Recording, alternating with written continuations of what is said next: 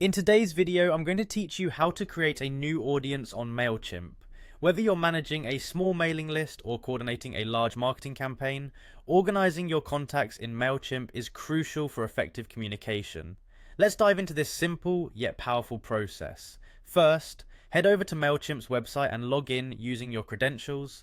Once inside, you'll be greeted by your dashboard, which serves as your command center. From here, everything you'll need will be accessible. Now that you're logged in, direct your attention to the top menu and click on the Audience tab. This tab is your gateway to managing your contact lists, providing you a comprehensive view of your audiences and actionable insights about them. This layout helps streamline how you manage different groups, ensuring that your communications are as relevant and targeted as possible.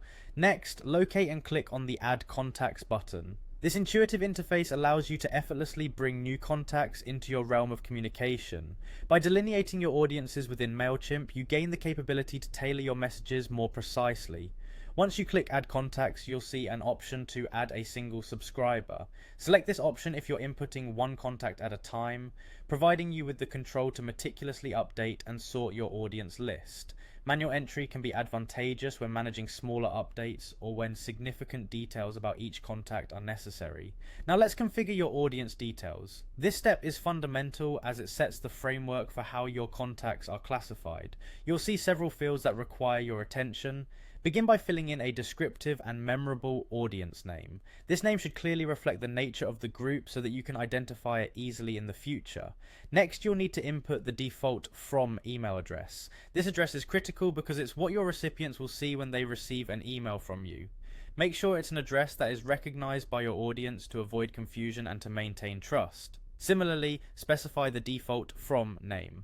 This is what will appear in your recipient's inbox, influencing their decision to open your emails. It's often the name of your business or a recognizable individual's name that resonates with your audience. Finally, provide a brief reminder explaining how contacts signed up for your list. This reminder is invaluable as it reassures your subscribers of the legitimacy and the reason behind their inclusion in your communication chain, thereby minimizing the likelihood of unsubscribes.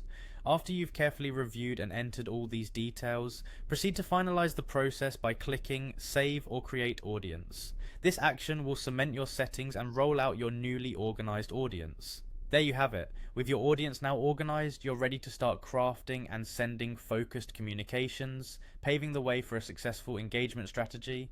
Enjoy connecting in a more meaningful way with your audience, and happy emailing.